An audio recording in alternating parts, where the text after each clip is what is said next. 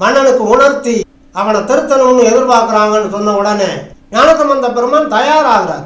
அப்போ பக்கத்தில் இருக்கிற அப்பர் சுவாமிகள் சொல்கிறாங்க, இன்னைக்கு நாள் சரியில்லை, அதனால் நீங்கள் யோசிக்கணும்னு சொல்கிறாங்க.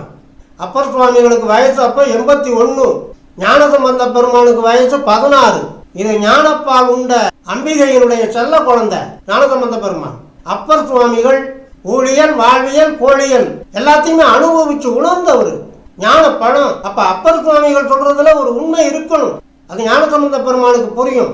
ஆனாலும் அவர் என்ன சொல்றாருன்னு சொன்னா, தடமாறி போன அந்த பூன்பாண்டியனை திருத்தி கொண்டுகிட்டு வர்றதுக்கு அருமையான சந்தர்ப்பம், அதனால போகணுங்கிறார்.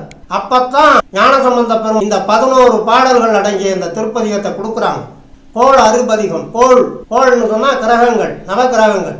அறுபதிகம்னா அதனுடைய தீங்குகளிலிருந்து காப்பாற்றக்கூடிய 10 பாடல்களை கொண்ட ஒரு நூல்.